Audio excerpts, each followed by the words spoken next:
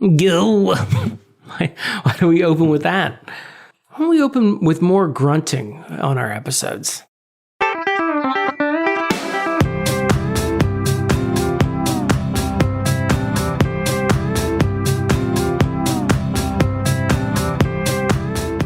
What's your favorite quote from Clueless that you remember? Oh, goodness. Rolling with the homies. Yeah, balls flying at my face. Is that a line from this movie? As if that's a movie. Oh, I like it when she says Calvin Klein because she says it in a very specific way. It's Calvin Klein. It's Calvin Klein. Okay. I've only seen this once. That's why I'm struggling. Hey, Damon. Yeah. Welcome to Your Inner Child is an Idiot. This is the podcast that you and I do together. Oh, okay. It's where we look back on things from our childhood and see if they're any good. First, I'm hearing about it. What we'll do is we'll revisit things from our childhood and see if they were any good. And, hold on, I'm writing this down. My name's DJ, just in case you forgot. Should I say my name even though you've said my name? Yes. I'm Damon. You already said that. You already said that. I shouldn't say it again. No. Okay. Now I made it weird. Hey, listener. Hello. We're actually talking to you now. We're going to talk about Clueless today. Sorry, that was terrible. Should I just do that whole thing again? No, keep it. It's all great. They're our friends. Like equals. Like friends, Jerry. Today we're talking about Clueless, 1995? Oh, thank you. I thought you were just waving. Alicia Silverstone. Stacey Dash. Stacey Dash. America's favorite conservative voice. Brittany Stacey Murphy. Dash. Donald debut Faison. Donald Faison, a very, very young, but still looking almost exactly the same Paul Rudd. Dan Hedaya, not looking very young. No, looking like a pit bull, like usual. Yeah, looking like a college mascot. Yeah. You haven't seen this movie since the 90s, is that what you said? No, that's not what I said. So, first off, how dare you? That's why I asked. I've seen it once. It's one of those movies that just was not a movie I saw. I said I was sorry. And I was forced by my lover to watch it. Okay. Recently? Somewhat recently, like maybe 2 or 3 years ago. Okay. So this is pretty fresh on your brain. And I think I annoyed him because what my skill is, as we've covered in previous episodes, is recognizing other actors by name. Sure. And my brain doesn't have an ability to not say them out loud at the top of my lungs. So I think this movie is rife with character actors from previous movies in the older roles, and then a lot of like up-and-coming stars in the younger roles. Wallace Shawn, for example, is in this. America's favorite lateral lisp. Yes. Actually, frontal lisp. Dan Hedaya, like I just said. Mm-hmm. The sexual enthusiastic friend on Look Who's Talking. Gotta hand it to her. What? She plays the history teacher. That's right. I didn't even put that together. She might actually hold on. A little quick research for everybody. Let's do some quick research music. What's wrong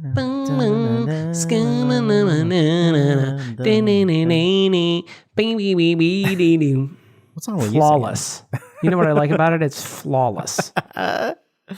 No, she's not the person I was thinking. Twink Kaplan is the woman from Look Who's Talking. Oh, okay. She plays, I think, like the history teacher or one of the teachers in this movie. Yeah. Okay. And what's her name? R.I.P. Brittany Murphy? Yeah, Brittany Murphy is in it. Yeah. I mean, I guess this was a breakout role for Alicia Silverstone, but she had been in at least some of the Aerosmith videos already, right? By the time this movie came out? Yeah, at least 2, right? Because I think she was in 3 total, 3 or 4. Yeah, it's a trilogy. I know a lot of people our age know this, but like, do the kids who still know who Alicia Silverstone is, do they know about the Aerosmith videos? Like, is that lost to time, or is that, like, those were a very big deal as well? We must have talked about those during Armageddon. And probably Lord of the Rings, because I remember them. Liv Tyler was in them. As a young male of burgeoning sexuality when those came out. Burgeoning heterosexuality as well. Yes, those were very important. That was target audience for those Aerosmith videos.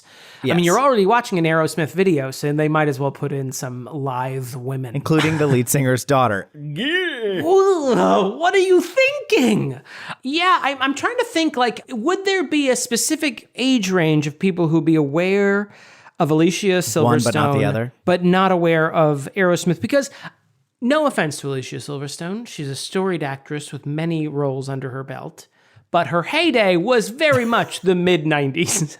And so I'm trying to think would kids even know her today? They probably know her mostly as the mom from the most recent Babysitters Club. Canceled Babysitters Club.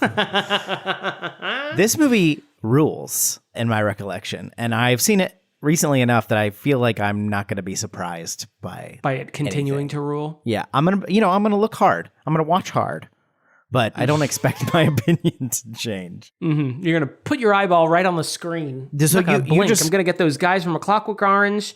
Just tape my eyes open and just put the little eye droplets. I'm gonna watch the hell out of this movie. Yeah, this meant nothing to you growing up. This movie, so we have nothing to talk about here. No, and I don't want to hold it against Clueless, but Clueless was a wide-ranging, many people loved Clueless, but a lot of the people I associate with loving the movie Clueless were the people in my high school that are best described as stone cold bitches that I did not like. Mean girls, to use the language of a slightly later time. Yeah. So I had a predilection to avoid those type of movies out of just projecting. So I tended to avoid Clueless. And I will admit, I missed out on a lot of fun movies because sometimes those girls had good taste. Not in boys at my school, but in movies sometimes. Right, in movies. And this is one of those that, like, because of the age that I was when it came out, and like it could have easily fallen into like, that's a girl movie, I'm not going to watch it. But because they had so many stone cold foxes in it. Mm-hmm. You can be a stone cold bitch or you can be a stone cold fox. Those are the two routes. Those are the two choices. Or stone cold Steve Austin. Those are the three options for stone coldedness. Austin 3:16, which means please watch Clueless. Be kind, rewind. It's a very specific Bible verse for his Bible. I still don't really follow the stone cold thing. He seems like a fun guy, though, actually. He does. So I don't know if maybe my sister watched this. I'm not like, where did I first encounter this? Because I can't imagine specifically going to pick this out at the video store or go to see it in the movie. But at some point I have seen this movie hundreds of times, probably, like maybe dozens. Were you an Emma super fan? Because Yes. I know this is a modernization of Emma, so that might be what it was. I definitely knew that. I definitely made all the references when I was watching it. And I definitely was like, okay, I don't like how they did that from Emma a little differently. You probably just went with all your Jane Austen book club to go see Clueless. Well, my club was imaginary, but I did bring all the books to the movie theater. So that's your book club. That's my book club. A club full of books. Okay, well, I mean, I don't want to spoil your verdict, but did you like it when you watched it a couple of years ago? I can't remember, DJ. We'll just have to find out. Okay, together. great. I mean, I do remember, but I'm keeping a secret. Okay, it's a secret. Well, it's called Tell, Don't Show. That's what I always say. Well, I have nothing else to say, so let's watch Clueless. What do you say? Great. I'll meet you there at the Clueless cinema. Watch along with us. We'll be right back.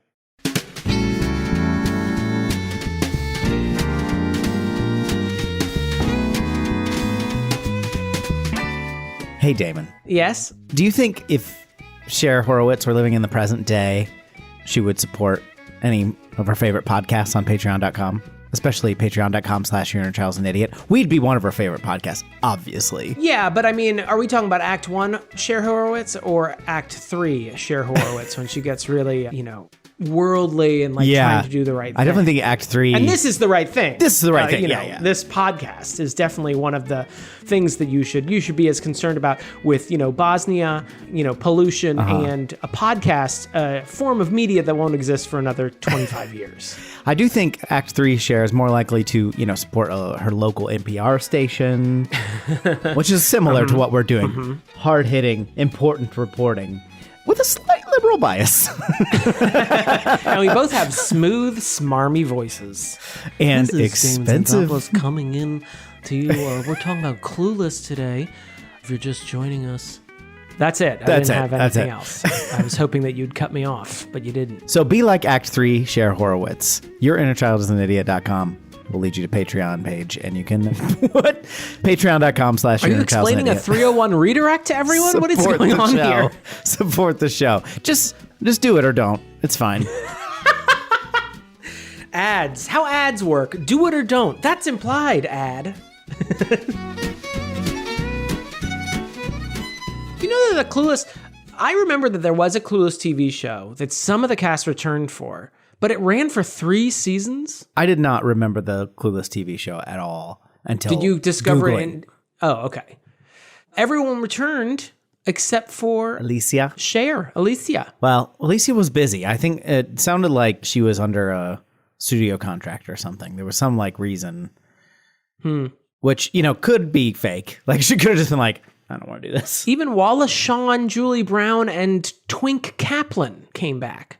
I'm sorry. Who's that last one? I know, it doesn't read as a name. Your brain doesn't register it as a name, but her name is Twink Kaplan. You might know her better as Mrs. Geist. Okay. All right.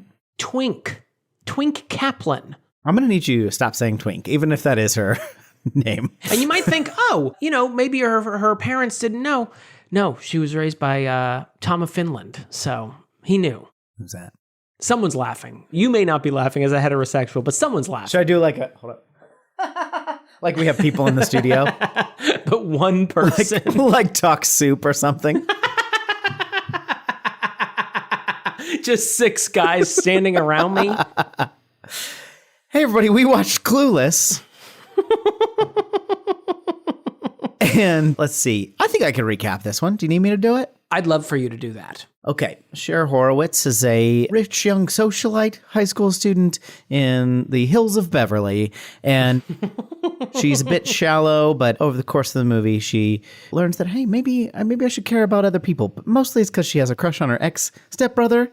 So she does some things to improve other people's lives. She improves the lives of Matchmaking mostly. Matchmaking. A new student named Ty, Brittany Murphy, comes and she helps give her a makeover, helps her find love, helps the people suffering in Pismo Beach, and learns to be a better person. And then gets to eventually, I assume, do it with her ex-stepbrother, Paul Rudd. No questions there. Happy ending. I guess. Yeah. Let's get into it. Yeah. We've already covered Twink Kaplan in the first part. Yeah. Yeah, we got a murderer's row cast here. We got The very idea. Go on. Alicia Silverstone. Yep. That's one murderer. We got Stacey Dash. Yeah. That's another murderer. Wallace Shawn. How dare you? Inconceivable. Absolutely. Yeah. Twink Kaplan. See, this, if I start counting things like this is where it gets awkward. I just want to point out that 50% of our murderers row is Twink Kaplan and Stacey Dash. It's Paul Rudd. Better. The murderers row is getting better. Dan Hedaya. Yes, my murderer. Is that how my you say his name? I've never said that name out loud. I've never actually. You've seen it on 1,000 movies. I think it's Dan Hedaya. Is what I've always said. That's what it sounds. It sounds right. We got Jeremy Sisto. Oh yeah, Law and Order season 13 to 14. He's Billy and from drops 6 off, Feet Under. Comes back in 17. And don't forget, Jeremy Sisto also played Jesus in the made-for-TV movie Jesus. We also got Julie Brown. Not that Julie Brown. Not the Downtown. Other Julie Brown. The other Julie Brown, who I actually prefer as a Julie Brown. Can I go so far as to say that? When I was a kid, she did a parody of Madonna's Truth or Dare called Medusa, Dare to be Truthful, which me and Jason watched a lot of because Jason was a Madonna, queer. And I was his little brother, so it was just like, I'll watch whatever you're watching. And I remember she does a concert in the Philippines, which she keeps calling the Philippines. And a volcano goes off during her concert, and she keeps performing while ash keeps going in her mouth. It's pretty funny. That's pretty funny. Donald Faison. Yeah. Of Scrubs fame and Clueless the show. That was the one that blew me away, was that Donald Faison came back for Clueless the show. Well, this is, well pre-Scrubs, so he didn't have anything else going on. Right, I guess so. I was just surprised looking at the cast, how much of the actual original cast came back for the show, but not Alicia. Guest spot by Brittany Murphy, apparently. This is all just from to explain Wikipedia Ty's research. sudden disappearance. No, I think in the Wikipedia, I haven't seen it, but like she's playing a different character. So I think it was just like a little wink to the audience. Okay. That's it, right? Little Easter egg. We call that an Easter egg now, and there'd be a 20-minute YouTube video about it. We're going to break down scene by scene. Right. Brittany Murphy's guest spot on the Clueless TV show from 1996. You're right. You're absolutely right. Okay, so I'm going to be very careful here because now I was age appropriate when this came out. So I have these like crush feelings that I remember from when I was a child. But, Look, I've said what I've said about Atreyu in our Never-Ending Story episode. I feel like you're in the clear to say whatever you want. I'm just going to say Alicia Silverstone and Zesty Dash are very, very cute in this movie. And Brittany Murphy as well. Mm-hmm. They are very symmetrical, Had an enormous crush. Keep themselves clean. They clean their nails, I imagine. Probably. Never thought about that, but you're probably well-scrubbed knees, I imagine. Yes. These are the things the guys are into? They're well-groomed. Are they friends with Amber or not? I know that they have like a kind of frenemy thing going on with her. Amber is the kind of redheaded lady who's like the butt of most of the jokes. Yeah, I don't think of it as a frenemy. I think they're sort of semi-rivals, or Amber would wish she was a rival of Cher, as if one might say. But yeah, I think I always thought they were friends. Before I watched the movie, I thought they were friends because Amber was so prominent in the advertising promos for the movie. And then also she was in the show. And I think based on the screenshots I saw of the TV series, I think they sort of upgraded her to friend because they were like, well, we got this one from the main cast. Bring her in. Yeah. But yeah, I thought they were rivals. They never really expressed any enjoyment about her. And she seems to sort of clean up after Cher's leavings, specifically Jeremy Sisto. Right. Well, in the beginning, they're kind of just showing like a montage of them having fun, being rich, and Cher, even in the monologue, the narration says, what is this, a Noxzema commercial? But Amber is like hanging out with them, and she's like in the friend group. Like she is like in the photo that they take with Ty when she's trying to hook Ty and... Right, but everything they say to her directly seems like they are not friends. Yeah. I'm sorry, my plastic surgeon said I can't do any activities where there are balls flying in my nose. And there goes your social We usually life. don't say that first part, but we do quote, there goes your social life. Mm-hmm. It's a bit of a, that's what she said. You can kind of use it in various circumstances. Great. Yeah. I feel like I need to explain this more to you. You're not really getting it. I did with the Noxzema commercial. There are a lot of jokes in this that still land, but there are some where I'm like, does that make any sense to anyone even just slightly younger than me? There's a lot of dated reference in this, but it's very like, I still find it like, I didn't forget any of the references. It was so prominent. Like, right. But I do. No, remember. I mean, what a Noxzema commercial looks like is very much ingrained in my frontal cortex. So don't worry about me, movie. I'm good. I'm just concerned about anyone who's even just 6 months younger than me, not understanding what's going on.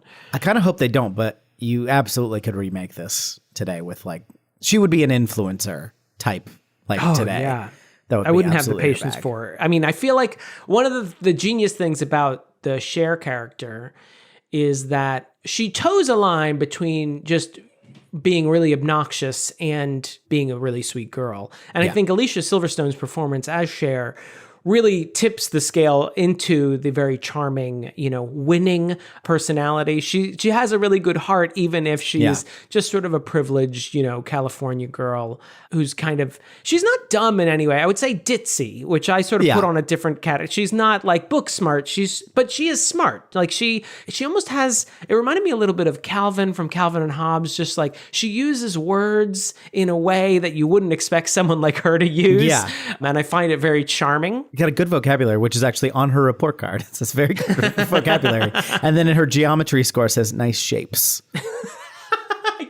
I did see that. I don't know if that was someone being kind of slightly perverted or if it was just, I don't know what to say about geometry. Nice shapes. Right. I took it as the latter. Yeah. That's more fun if you think about it that way. We also, before I say that, I just wanted to agree with you. I think that she could very well be a completely intolerable main character just by what she's playing. She's playing this like super rich kid who's, like you said, kind of flighty and very full of herself. But the way she plays it, and it's just sweet enough and also funny. That's part of it too. Yeah. She's very charming, even in the beginning when she's kind of an asshole. She's still pretty funny. One thing that Lauren mentioned that she always really hoped that the fashion computer that she has that helps her pick outfits would come to fruition, and it never did, at least not for It really Lauren. never did, and it really speaks to a level of AI that, I feel like the NASA scientists or many number of scientists would love to get their hands on this idea of being able to pick the right amount of clashing plaids to go together. That's no easy task. There are people who've studied for years and can't do it. Pattern recognition? It's tough. You need a human brain for that. I do like that. I mean, she needed a computer to say that this outfit that clearly was purchased together. Yeah. This very specific yellow and black plaid. You needed a computer to figure this out? I think it was, part of it is she has so many clothes. She probably forgot that she needs a database to be able to scroll through, because she already has the closet that has 2 separate spinning automated carousels, like a dry cleaner. And then she also has this computer system that I can't imagine the updates every time she goes shopping. Oof. I forgot how hat focused we were in the 90s. I gotta say that. I mean, Stacey Dash especially has just a number of hats. Yeah. It looks like Easter Sunday every time she goes to school. But also there's a lot of, hats. Cher has one in a shopping scene that was very Blossom-like. Yes. I forgot that we were wearing so many hats. Why do I have to wear, to quote one of the greatest songwriters of our generation, why do I have to wear so many things on my head? End quote, Amy Grant. Amy Grant wrote that for the Clueless soundtrack, but, she didn't have the pop culture, crossover effect yet. So they just had to push her off. And she was like, I guess I'll release it on my Christian Contempo album instead. They're like, Amy Grant, she's so 1991. I don't want to just quote, because this could be a quote fest. I've got a lot of them written down. So it's a very quotable movie. We can do a quote roundup later, but I do, the first thing, one of the first conversations that she has with her dad, he says, Dan Hedaya. I just want to say his name every time we talk about it. Don't tell me those brain dead lowlifes have been calling again. They are your parents. Excellent. Also, wait, while we're on the subject, I just want to say, Dan Hedaya plays Grump very well. He's been in a Grump. I mean, he just has that look of Grump. He looks like a Grump, yeah. And in this, my favorite line that actually made me pause the movie was, Ty had just been introduced to the school, and Cher brings her over to the house, and they're sitting down for dinner. They're sitting at the dinner table, and Dan Hedaya's character just walks in, and Cher goes, "Hey, Daddy, this is my friend Ty." And she's about to continue talking, and he just screams, literally screams, "Get out of my chair!" And then she, without saying anything, Ty just gets up and moves to another chair. But that's how he greeted another human being that is gifted with God's grace and dignity. That's how he talked to them. This human was blessed by an angel upon birth, giving us, a fontanelle and a philtrum by the angel Gabriel, or whatever the fuck that is. Before she was born, Christ knew the number of hairs on her head, and yet Dan Hedaya screamed, "Get out of my chair!" at her. Wallace Shawn plays like a kind of a little bit of a sad sack teacher. It's like English. What does he teach? Not English. No, he's teaching debate, isn't he? Debate, that's right. Or is it more than that? What is the larger class you would be in when you would learn debate? We had a debate class though in my school. Or a speech class. Speech, yeah, that's right. We did have to do debate in English class though too. I don't know, but he's not our English teacher because she gets good grades in English, but then has to fight for this one. I can't remember what class it is, but debate is basically debate, even if it's not forensics. Yeah, whatever. He does get some Wallace Shawn is. I wouldn't say he's underused, but he's a very small part in this, and I appreciated his.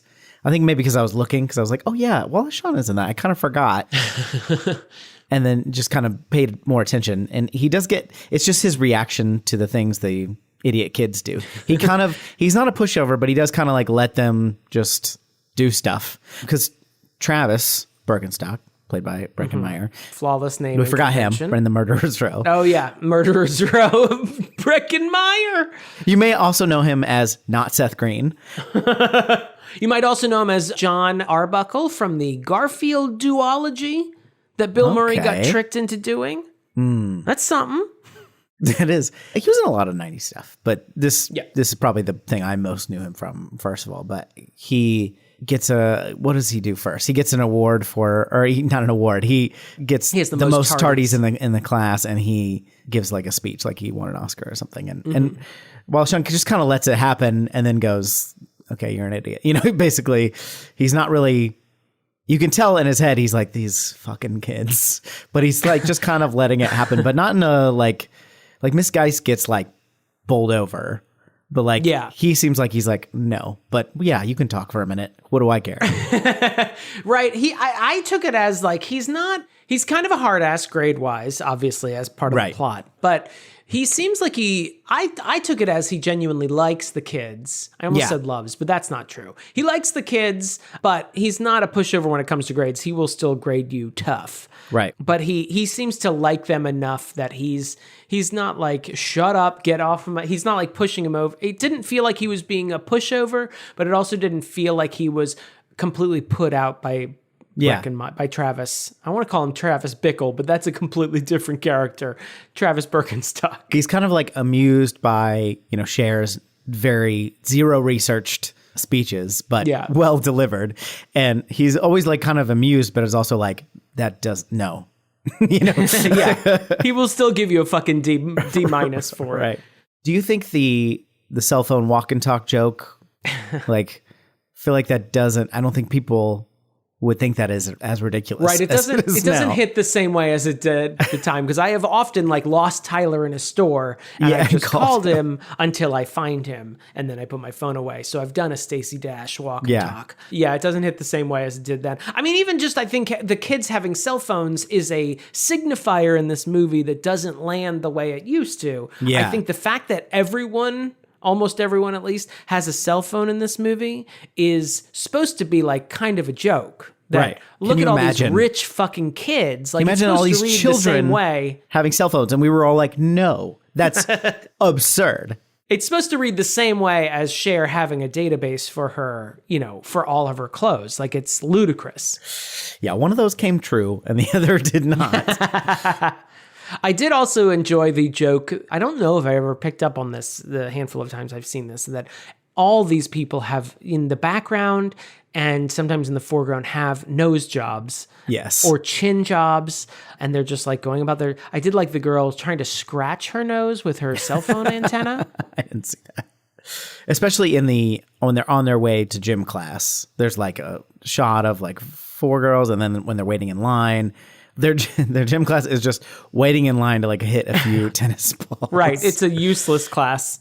That's pretty funny. And then I like that Dion's excuse for not being able to hit is not that her plastic surgeon said no, like Amber. It's that her tennis instructor said he doesn't want anyone else infringing upon his tutelage.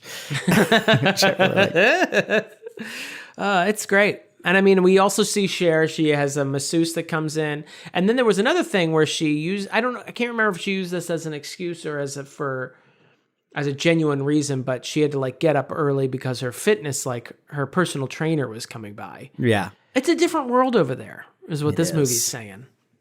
Which is funny because, I mean, it is as we said in the intro, it's an adaptation of Emma. Yes. And so, I mean, I think that's its way of like, the gentry of the British, agricultural area. This is, Beverly Hills is that equivalent of, the British aristocracy, the moneyed class.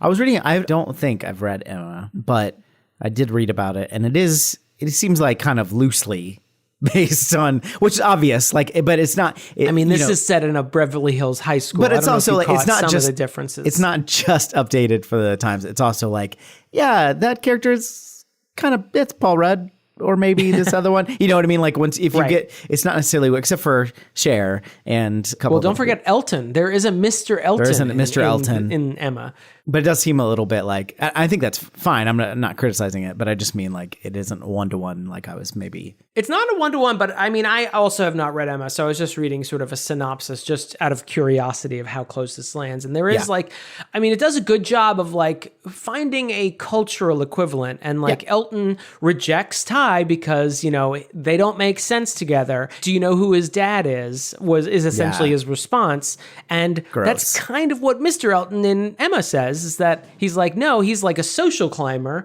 and he's not going to marry someone who's like below him or at the same level as him. He's looking to get up in the world, so he's trying to marry up.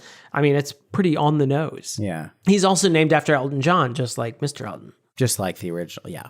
That's how. I did laugh. I mean, they make a joke that Dion and Cher are named after, singers from the 1970s who now do infomercials, which was true about Cher before she released Do You Believe in Life After Love? Right. But I also suspected that was the case with Elton. And then my headcanon is that Murray is named after Canadian singer-songwriter Anne Murray. Actually, Canadian singer. I don't know if she's actually a songwriter. I'm not sure. I can neither confirm nor deny that. I just want to say that's Elton in this movie is Jeremy Sisto's character is a piece of shit, but also... Oh, yeah, he's a monster. I do want to work in beneath his station more. I do like to like that phrasing. Yeah, beneath his station, guard sees him. These are all great. Today I was watching a show and someone said, "You're out of line." And it was a modern show. And I was like, honestly, does anyone say that? That's one of those phrases that's just in movies and TV shows. I've never told anyone they're out of line. Just like saying things twice. You're out of line. It's like saying You say anything. something slightly offensive and I call you out of line. Listen, mister. Listen, buster. That's beyond the pale. Paul Rudd is in this movie. Do you want to talk about it? Babyface Paul Rudd, which is also contemporary Paul Rudd, but I'm talking about 1995 Paul Rudd. As we said in our Patreon exclusive episode for Ghostbusters Afterlife, he's a very charming man. He plays a very specific type of guy. He's like college radio guy is the vibe I'm getting from him. Yes. They kind of mock him for listening to Radiohead, which I'm like, I don't know. That seems like a very 1995, popular kid thing to do. But then he listens to Counting Crows later on. I'm like, fuck this guy. He's a tool. Yeah, no one listened to them in 1995. But he's very cute. And there it is weird that the show sort of manipulates me into rooting for these ex-step siblings to, put their genitals near each other's genitals. It's one of those things that I know it's not technically a problem, but it is a little, feels a little, Just a shudder down your spine. It's a little too close. Find someone else, both of you. You are the two most fuckable people in this movie, but come on. Yeah, I mean, the show, the movie almost goes out of its way to try and find a way, to sort of let it, like they're not related by blood. He was only, her step sibling for, 4 or 5 years or something ridiculous. Yeah. And I think most of the time he doesn't hang around, so they're not close in any way. He sort of comes to Danadea's house because it doesn't seem like he gets along with his parents. It's doing a lot of legwork to be like, it's cool. And I'm like, in Emma, he just sort of lives next door and they've been close their whole life. You don't see how that's a lot easier than all this flop sweat explanation about why it's okay that these ex-step siblings get together. When Cher even says it, at the end, they cut to a wedding. And she's like, as if I'm only 16, and plus this is California, not Kentucky. Which is funny, but also so then Cher, that this is weird. I mean, it's not illegal. You know what I mean? Whatever. If they were to get married, they would establish themselves as a couple and, only if someone asked the specific question, how did you two meet? Which is a question you get asked less and less as you are a consistent couple. Right. Eventually you wouldn't have to mention that you once, had the same legal guardians, but not blood parents. We didn't want to, when we first started dating, it wasn't that we were ashamed of where we met, but we didn't want to answer a bunch of questions about it. So we would just say we met, I think it was at a coffee shop or something. You've told me this. You were telling people you met at a Starbucks because you didn't want to tell people that you met each other at a snake handling church that you both attended in rural Kentucky. There's just going to be a lot of questions that I don't feel like talking about. Where do you get those bites from? Why do you guys have the same sort of bites? Why do you call it charismatic when it is absolutely not charismatic? And it's just one specific verse in the New Testament. That's really a lot to hang on an entire church.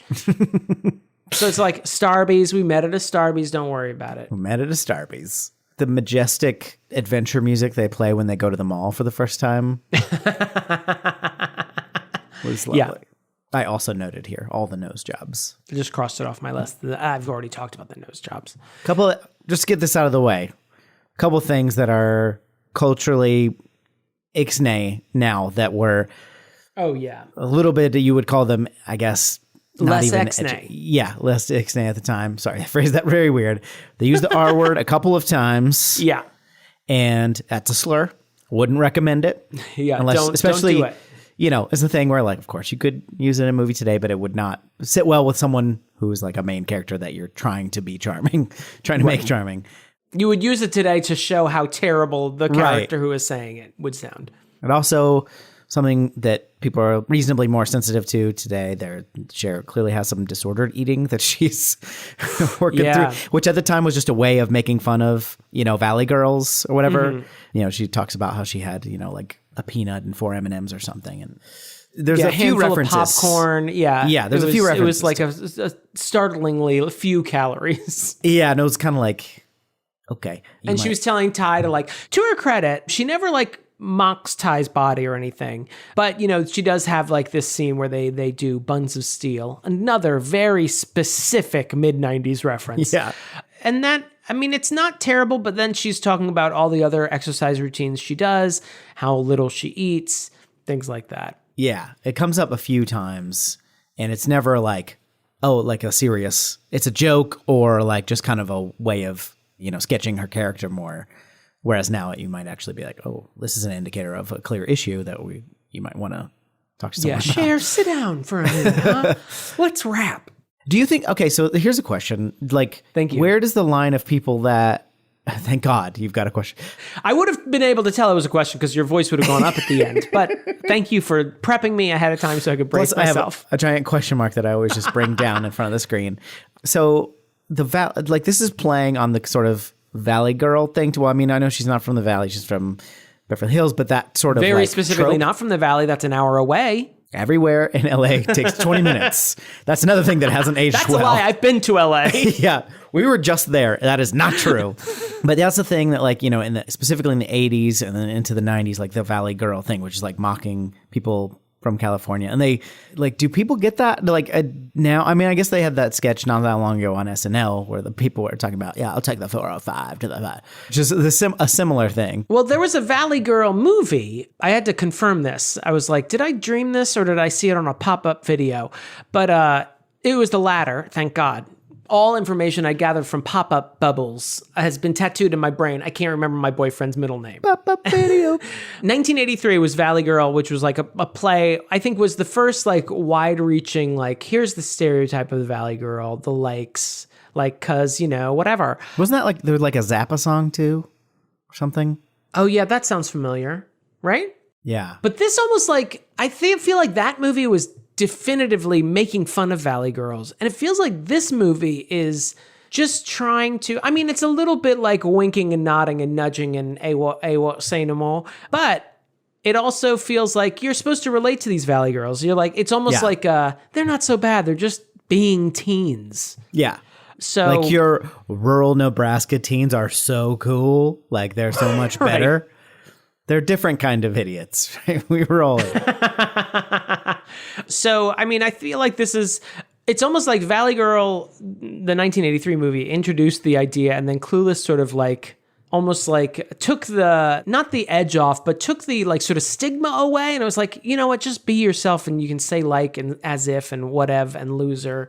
And you can do the W with your hands, just whatever. It is kind of it is mocking it, but also celebrating it. I just said whatever while making fun of Valley Girl. I just realized that I had engaged in the trope while talking about it. Well, and there's there are absolutely, the sort of surfer dude kind of thing. There are male versions of this, but it's also deeply rooted in misogyny too. Just anything a woman does, oh, I hate your vocal fry or whatever. You know what I mean? There's some reason that I, can make myself feel better as a man, because you're talking when I could be talking. Why is this happening? Yeah. Maybe I'll talk louder. Maybe she needs me to explain how conversation works. Remember when nose rings were rare? We make fun of Dion's nose ring a little bit. She sneezes. Right. Well, this is prior to What If God Was One of Us, which really, brought the nose ring into the canon. It is charming to see these things. Like one of those? I feel like this is right on the line, and I was a little confused. There were, I think, Donald Faison's character, Murray, which makes him sound like he's going to a deli to get soup. But Murray, he has a tattoo. He has a chest tattoo, not a chest like we would have today in this current age we live in, where it would be across the clavicle. He has just one right over his nip. But I was like, what high schooler has tattoos in 1995 specifically? Like now, yeah, of course, they all have them. But in 1995, I feel like that was very rare to see a teen with tattoos. But I'm also not a Californian teen, as Hollywood kept reminding me whenever I was watching a teen movie, and I was like, why are these kids at school, but they're in an outdoor space? Like all my common area spaces in my high school were like indoors, nondescript, corporate prison, chic. Yeah. Why do they get to eat? Why are they always like Pizza eating Hut? Outside? Yeah. Why is their pizza not square? I don't understand. And government issued. Yeah. Oh, Hollywood. Oh, Hollywood. Hollyweird in a way. Wow. Oh, you know what? I forgot to mention this when we were talking about Paul Rudd. He's cute. He's charming. He's got nice eyelashes. But here's the thing, and this proves that he's a serial killer. He puts when he's making a sandwich, he puts his mayonnaise on the luncheon meat? On the meat. What are you, Jeffrey Dahmer, you freak? That was the weirdest thing. Is there anyone I was blown away when I once watched a person make a bowl of cereal and they put milk in the bowl and then poured cereal into it. And I was like, what are you doing? There is an understood recipe for making a bowl of cereal, and it's not what you're doing. Or people who put like cream in their cup and then pour coffee into it. I was like, are you... Take a giant sip of water, then throw the pill in there. Just let it like dissolve in the water. What are you doing? What are you doing, man? What are you, just eating raw meat off the bone? What are you, when one of I'm those not like around? pitcher trap plants? What are you doing? Sorry, I couldn't come up with that. But I watched him do that. It haunts me to this day. I remember it from that bothered me when I was a kid. I remember like, what is he doing? And it's one of those things where, actors love to have like stuff to do, right? It just helps it seem more normal. So you're not just like standing in room and talking. So, but I love that when it's weird, because they're not really doing, they're doing the thing, but what they're actually doing is acting a scene. And so sometimes they'll do really weird choices. Sometimes because it's like actors aren't actually human in a lot of cases. Right. They're weirdos and they've been, surrounded by yes men. But in this case, it feels like just like an awkward thing. And he probably, even after he did it, he's like, why did I do that? I hope they don't go with this edit. So we did 35 other takes. Surely they're not going to use the one where I put the mayo directly on the ham. Bizarre. Also, they had a Dan Hedaya. There's part of me that wishes I was Cher Horowitz, because he has a whole refrigerated drawer full of ham. You see that? That was like he probably takes that bin to the grocery store and just says, fill it up. Fill it up. Weigh the drawer, tear it, and then start just filling it with ham, and I'll pay whatever the difference is. Don't forget to zero it out. The drawer does have weight. Yeah, that's the tearing. That's the tearing. I just want to say, it reminded me, him putting the mayonnaise on the luncheon meat. It is sort of the equivalent of people in movies wearing glasses taking their glasses off. Yeah. It's like, no. I know you want to do something with your hands, but that is wrong, and I feel like you know it's wrong. The only time I take my glasses off is when I do this. Which I do. When someone asks you to do a recap of a movie you didn't enjoy and you have to take your glasses off to rub the bridge of your nose. It's no spoiler, but might have done that when we had to watch The Crow. Let's see what else. Elton loves the Cranberries. Yeah, he has to get his Cranberries CD before someone. What did they say? What did he use? Before someone snags it. Snags it. And then he was also singing along to the Cranberries in the car when he's trying to woo Cher. Yeah. Jeremy Sisto. He is a very particular looking man. This is him at his handsomest because he still has got that 21-year-old skin. But everything, his eyebrows are odd to me. They're like little triangles or something. They're like that. If you draw a little mountain, you're just quickly drawing a landscape and you draw a little mountain, just like a little, like a little part, 2/3 of a triangle, just like a carrot. He's a weird looking fella is what I'm trying to say. What I'm trying to say is this thing he can't control makes him humorous to me. And he is thus a lesser person. I've knocked him down a few notches. Now I'm the better person. Now I get to drive around singing the Cranberries by myself. I hope he's a good guy in real life because he has that he always plays someone like kind of weird or lecherous. Like Jesus. Kind of like Jesus. I guess maybe always is not true. I don't know who he plays in. Jesus, I'm just trying to like eat my soup. Stop sitting so close to me. Why do we have to follow you? This is weird. Yes, you told me who your father was. God, I'm just trying to fish, man. Yeah, I get it. Fisher of men. I got it. Good. Yes, Yeah, you're so fucking clever. It was just as clever on Tuesday, too. I just want to point that out. And just because you scream it from the middle of the Sea of Galilee, no one's fucking impressed. You keep pulling that parlor trick out of your back pocket. So mad at Jesus. Have you seen that Jesus, by the way? No. The best thing about Jesus. The best thing about that, it's kind of like when someone stupid is trying to say something smart, and so they make choices, and so you know Jesus is tempted by the devil in the wilderness, and in the CBS Jesus miniseries, the devil appears, and DJ, you ready for your mind? Hold your head together because your mind's about to explode. The devil is wearing a modern suit. Oh, no way. Doesn't that make you think a little bit? Isn't that kind of like really interesting? Makes me think you ran out of costume budget and you just had a suit. Greg, if you can just get your nicest suit. No, I know. The budget ran short. They were doing a whole CSI marathon. And see, you're about to take your glasses off and get stressed. They went to Hawaii or something. So that was the whole budget for Jesus blown. So if you could just, I'm thinking. They always blow it on the suit, Jesus surfing black scene. Shirt, red tie. Wow. Like kind of devilly, you know? You'll come up with something. No, you will reimburse you, but don't go crazy. Go to like a Men's Warehouse. You don't have a suit already? He's a working actor. You never know. Cher does this really like whining, like, and it's actually very funny. That could be very annoying, but the way she like pulls it off, she's like, she doesn't want to answer the door when Christian comes over, the guy that she has a thing for, and she's like, I can't, like just the way she does it. She does this vocalization and a lot of lines in different ways that just repeatedly charms me. When she, sides that car and she says, should we leave a note? Yeah. It's very earnest. It's not like cavalier while she is currently driving away. Like it tricks me every time when she says that. And she has this very cute way when her dad sees her in her white dress. He's like, what are you wearing? And she's like, a dress. And he says who? And she says, Calvin Klein. It's like a very matter of fact, but like kind of like sweet and whiny. She's just a good girl is what I'm saying. She becomes a good girl.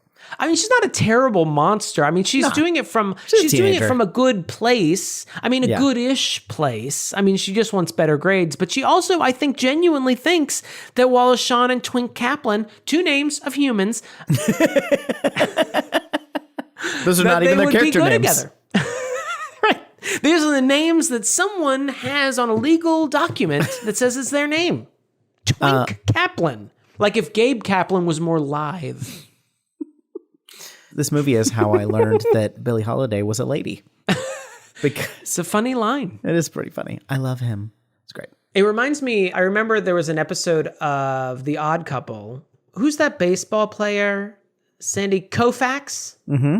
There's an episode where Oscar says to Felix? Tony. Yes, Oscar says to Felix, he says something about Sandy Koufax, and Felix says, I don't know who she is.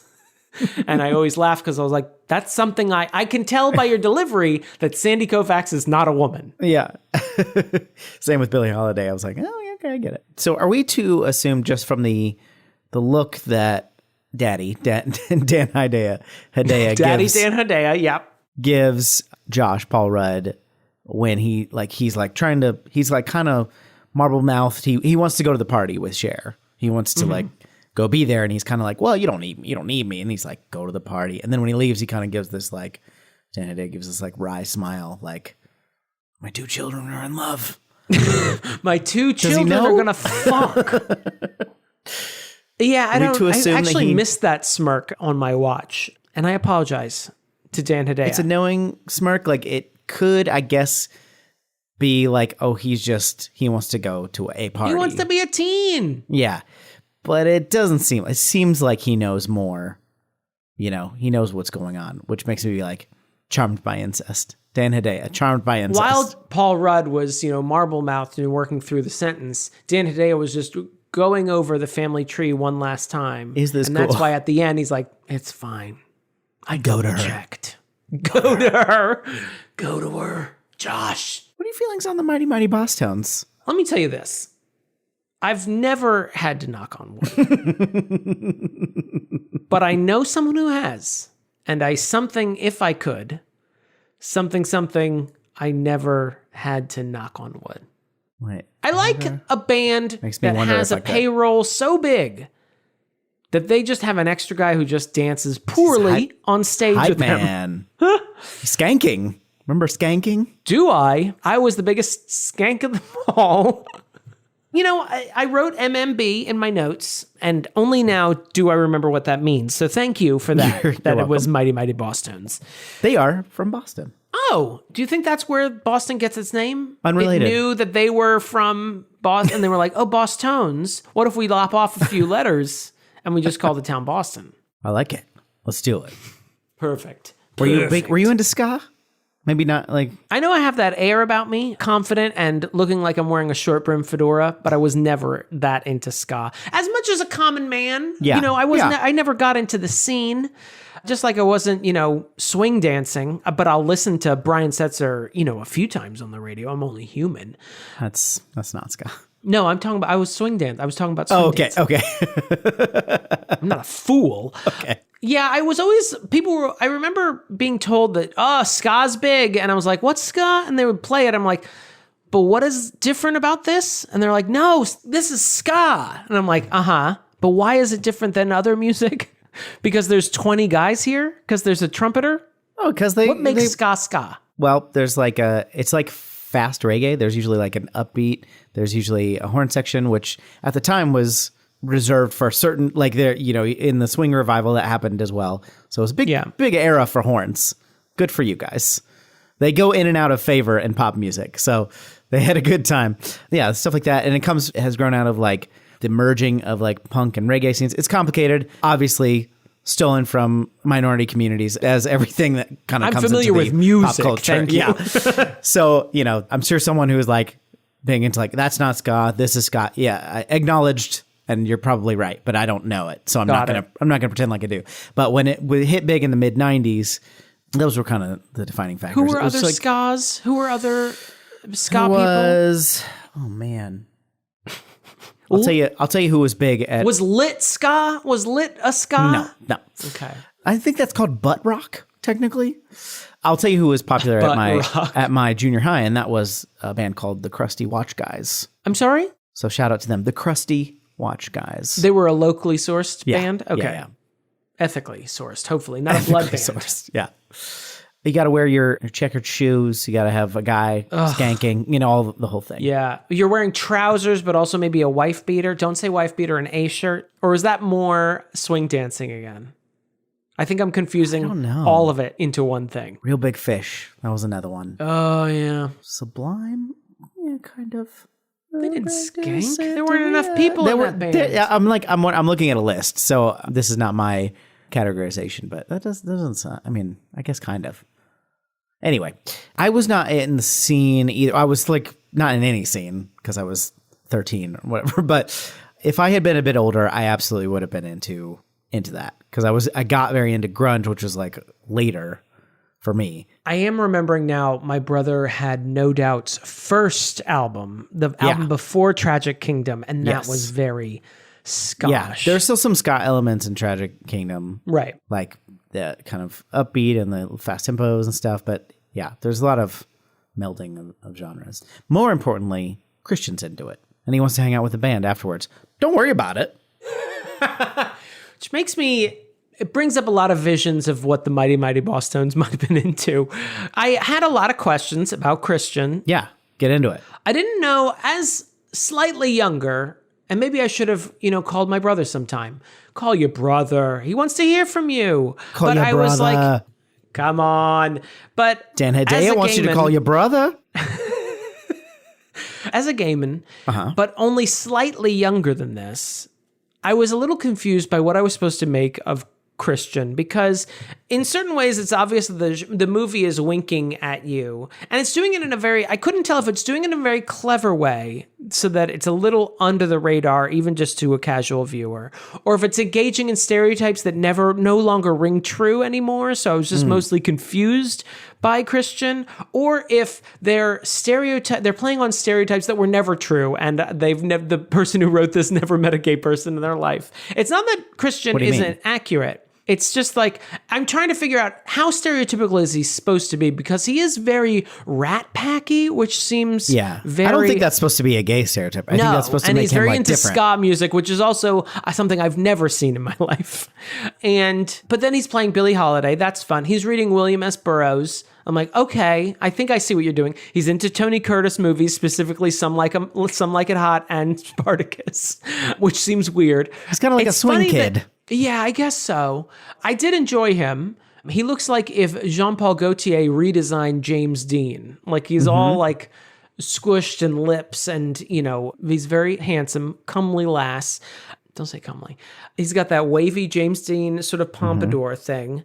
But then also he'll say things like, they'll ask him about Amber, frenemy Amber, and he goes, Hagsville. And I'm like, well, okay, come on. By that point, I think we're supposed to start, like, that's the scene where we're supposed to start picking up on this. Well, not to mention, he's flirting with the bartender in one part, and then he's dancing deliberately with a boy, which Paul Rudd clocked across the room. Yeah. Yeah. And Cher is still not buying it at this point, not understanding. But Murray knew the entire time. Oh, yeah. Well, guys talk. Both Anne Murray and the character Murray knew. Anne Murray always knows. Even from up in cold, cold Canada, she knows. I do think they, like, this, especially this era, it could have been very yikes. Just the reveal of this person being a homosexual, like, that could have been... I'm not saying they handled it perfectly or anything, but, like, it didn't make him seem like a bad guy. I'm trying to think if they did anything bad. I don't think they really did. They didn't make him seem like... Maybe Murray you could read as a little bit homophobic, but it didn't even seem that bad. Like calling someone a friend of Dorothy just seems more dated than offensive, at least for me. Yeah. But you would also say that too, like, if you knew that someone was gay, you would absolutely say that to me if I didn't know. Oh, it's like horrible things. Not like friend of Dorothy, but you would say stuff like that. You know what I mean? Because it's like... Actually, you'd probably say friend of Dorothy just because that would be funny because it's so dated. Because I am also dated. I'm also a gay man from 1945. Yeah. It doesn't make it necessarily like, I don't know. I could see a way you could twist it to be upset, but it's not offensive really. I don't think. No, they don't like treat him badly either. Once he comes out, he's a friend. He becomes like best friend immediately. And he like helps her in her quest to like become a better person by showing her all the beauty in life. Yeah. I mean, yeah, I don't think there's really, I think to Clueless's credit, I don't know if there's really anything all that offensive about the reveal of Christian. It's like, no, he's gay. That's it. And it's like, oh, then I will stop pursuing him. I won't try to change. That's who he is. So I'm just going to leave him alone. Yeah. And, that's that. And there doesn't seem to be any sort of mocking of him. Even in the stuff they sort of engage with, like, William S. Burroughs and Tony Curtis movies and Hagsville don't seem very offensive. They seem very specific to his character and not just his homosexuality or whatever. It's queerness. The interesting thing, too, is like I don't know if I would say he leads her on, but I can see where she got mixed signals. I think they're both idiots is what I gathered from their interactions. I'm like, oh, you're both stupid. Okay. You kind of forgive that too. Cause like, he's probably as out as most gay people were in 1995. He seems pretty comfortable with himself. He's comfortable with himself, but like, I could see him not telling her because he doesn't know how she's going to react. Because it's high school and it's 1995. Yeah. Yeah. You see how picky she is about shoes and they only go on her feet. So you got it. And also to his credit, like the minute he realizes like, oh, she is trying to put the moves on old Christian, he's like, you know what? I should go home and leave. Yeah. And I feel uncomfortable immediately. Yeah. Yeah.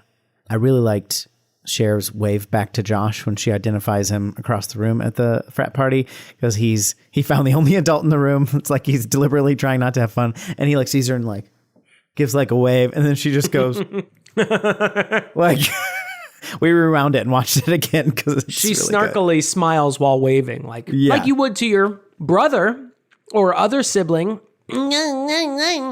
Also about that scene, that club scene, that very well lit club. I didn't catch this on any other previous watch, but Brittany Murphy like dancing by herself, and every time the camera would come back to her, she's shifted her outfit around slightly. Yes. Yeah. She's wearing an overshirt, and then it's like the shirt's tied around her waist. Then all of a sudden she's using the shirt as like sort of a hairband. It's very cute. It is cute. I want to say this because this is, God rest her soul, R.I.P., Flight of Princess Sing Thee to Thy Rest. But Brittany Murphy in this, I was not a big fan of her career. Yeah. But she's great in this. She might be my... There's a laser on your forehead right now. I don't know if that's something to worry about. She's fantastic in this, and I may even nominate her for the Catherine O'Hara Memorial MVP Award. Her accent, she's got that Jersey accent. She's rough and tumble. She says this is the first time she's hung around so many straight friends. Which I felt like, I don't know if that meant what I think it as. I felt like she was like a stoner, and now she was hanging out with straight-laced friends. I don't know. The way they reacted to it. When did straight enter the zeitgeist as meaning heterosexual? I don't know. I think before this. I think before 1995. Well, I know that queer people would refer to straight people, but I also think it was born out of like the hippie culture referring to straight-laced people. Mm. Well, and this was like the first movie of the hippie. Or am I making up queer history? Anyone want to reach out? Well, Christian was the first gay, so... Right.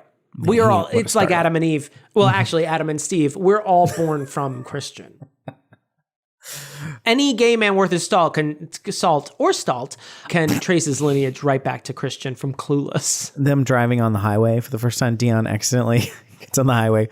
We were just in LA, and Lauren said, she's like, that reminded me of my experience driving in LA, just like getting on the highway, feeling like freaking out. That just reminded me of getting on the highway for the first time as a 17-year-old.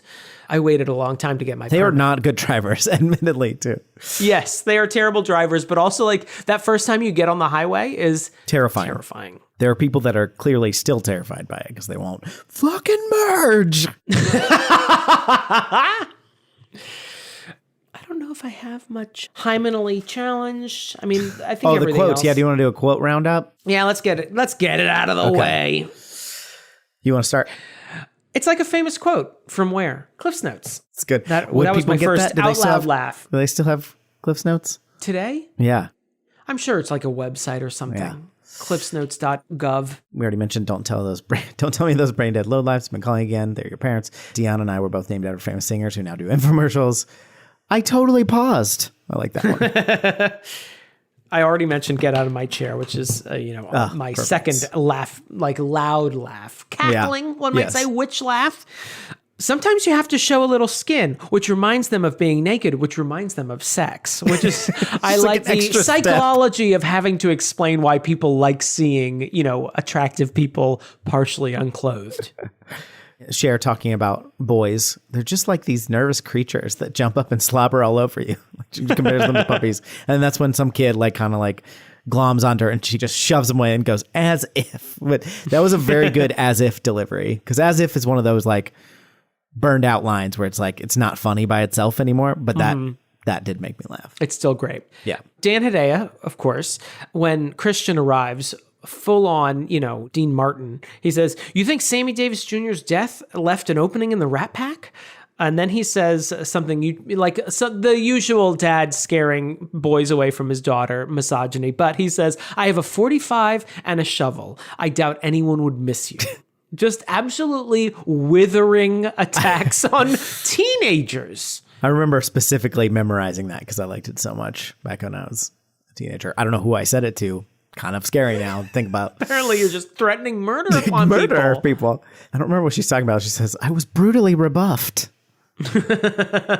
There were a few instances of like really good cinematography with otherwise, normal lines. When she's at the party, she says, "Love was everywhere." And the shot is like a guy vomiting into the pool while people are swimming. Would you call me selfish? No, not to your face. I also got a real kick out of Brittany Murphy sobbing while trying to sing "Rollin' with the Homies," "Rollin' with my homies." We already said my plastic surgeon doesn't want me participating in any activities where balls fly at my nose. There goes your social life. Also, he says to her when she negotiates new grades, "Honey, I couldn't be happier than if they were based on real grades." Right. And right before that, she says, "You always say I don't accept the first offer, so I figured these grades were just a jumping off point." Dion, don't you want to use your popularity for good? No. She just says no.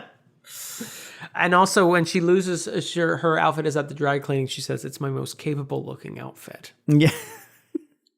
I don't remember the rest of the quote, but Murray says he calls Dion woman and she doesn't like it. And then he has like memorized this block of text where something like some words do have mocking that don't have not necessarily misogynistic undertones. Right. They're not rooted in misogyny. he's like pleased with himself.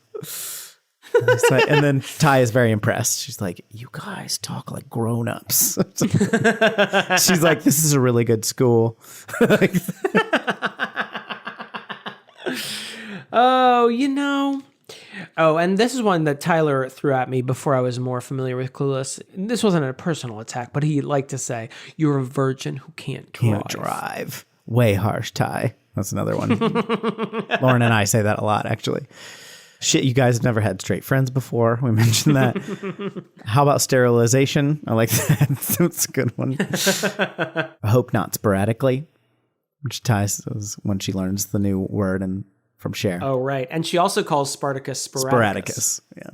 Do you have more? I just have a freak accident during a routine liposuction. That's how her mother died. And I don't have my license, but I need something to learn on for this very expensive looking Jeep.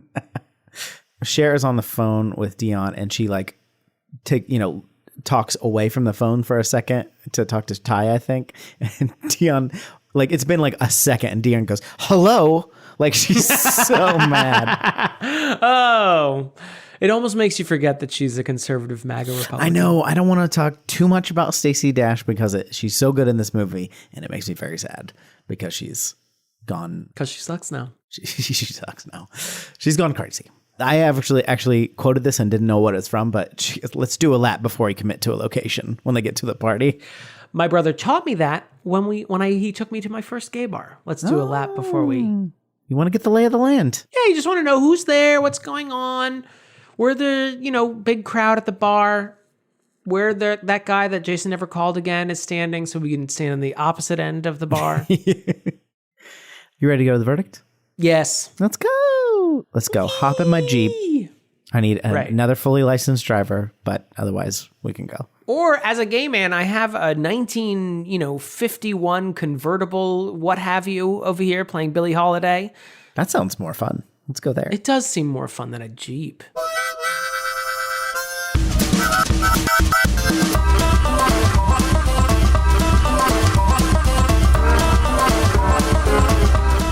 Damon. Fuck you, Jeep. Oh, yeah. Damon. Go ahead. What is your verdict? Your Inner Child obviously is not an idiot. This is a hilarious movie. It's very enjoyable. It's very quotable. It's something, I feel like it's a very Saturday afternoon movie. It's one of those movies you would catch on TBS, very funny, and watch it to the very end every time. You can't get away from not watching Clueless to its end just to see Twin Kaplan get married, I was rooting for her. Yeah, absolutely. I mean, I have no bad things really to say about this movie. I mean, maybe the worst I can say is that, hey, don't marry your stepbrother, but they're not even, they don't share a genetic pool. Their kids will look good. Well, that's for sure. Oh, yeah. I mean, that's a given. Yeah. So, yeah, Clueless. Big surprise. Fantastic movie. Deej? There's some usage of the R word, which some other dated references and stuff. That's nothing quite that egregious, I don't think. But that's bad. But also, it was bad at this time, but society hadn't decided it was as bad at that time. So it doesn't get a pass, but you just got to like kind of put a little note next to it. But your inner child is not an idiot. And this movie is great. Alicia Silverstone was adorable. She, like, I had a huge crush on both her and Stacey Dash, and I think I was right about that. They're adorable. I'm going to stand up for my past self. History has proven you right that these attractive women were attractive. I think I said in the intro that, like, I couldn't remember when the Aerosmith videos came in. Apparently, Amy Heckerling, who's like the director and writer of this movie, saw one of those videos and like had Alicia Silverstone in mind for this role, which is pretty cool. And lucky that she turned out to be a good actress, I think, because she didn't have as much. I mean, she was good in those videos, but it's a music video. But she doesn't say anything. She didn't say anything. She just flicks a guy off from the bridge. Yeah. Rude. It's a good move. This movie's great. I love this movie. I would watch it again right now, which most of the stuff we watch, I would not. Even the stuff I like. It's just great. There's so many little running bits in it, like jokes. It does like become less jokey as the movie goes on, which makes sense. Which is, yeah. That's how plots work usually. But you've become invested in these characters. You don't want to see them made fun of. You just don't. But the first act is just like jokes, and I really enjoy it. What do you think, everybody? Wait, do you second my nomination of Brittany Murphy? We have to have quorum. I don't know, because she's good. I like Brittany Murphy, and I feel I have the same sort of relationship with her career as I was kind of like, I loved her in this, and then I kind of didn't see a lot else. I've never seen it. You didn't see Just Married? I didn't see Just Little Married. Black Book? Didn't see that. So I'm not familiar. And of course, like, obviously her tragic death at a young age, like, made her like extremely famous, but in not a way that like made me want to go back and watch her whole catalog or anything. She is funny in this. Okay, so, you know, Alicia Silverstone's too obvious a pick. We can't do that. It's got to be an unexpected person. I guess, yeah. I'll second it. Let's do it. MVP. The only competition is Dan Hedaya, and he's just not in the movie that much. Dan Hedaya, yeah, we can't give it to. Get out of my chair. Yeah, you know, we were talking off mic about Dan Hedaya and how much we liked it, but also like in a woman-fronted ensemble, you're going to give it to the only, like, one of the few guys in it. No, we can't do that. We've done it. We already did that. Wait, we didn't do it. It wasn't a League of Their Own, because we gave that to Rosie O, right? I don't remember, or at least I did in our Instagram feed. But I feel like there was another female-led ensemble, and we both picked a man to be the MVP. And the minute we like hung up our little microphones, I was like, "What the fuck is wrong with us?" Yeah, just go by like who tickles, you know, your funny bone, and if you don't think about it, you're like, "Oh, that's kind of shitty." Obviously, like, you know, Alicia Silverstone is carrying this movie, and I think that the ensemble is great overall. No, but they're all great. But Jeremy yeah, Sisto aside. Well, you know, no accounting for Cranberries fans, you know? Wow. Have to let it linger. Do you have to? Do you have to let it linger? Zombie. You gotta get the troubles. The troubles, Deej. Get the little yodel in there. Yeah. It's a little. Yeah. How would you mark that in the music? With just a little. No, just I don't know. Line on it. I've never marked a yodel. I mean, it was just. I don't know. You get a teenager in, and they do the work themselves. You don't have to mark it. Because their voice is changing, you know? Guys? Anyone? Yeah, sure. What do you think, everybody? Your inner child is an idiot at gmail.com. Email us. You can text us or leave voicemail 615-576-0525. All right, let's see. Who goes first today? Every time it hits me like a surprise that we have to do that thing that we do at the end of every episode. Do that. Do you have to let it linger? Okay. I'm ready. Are you ready? Oh, yeah, big time.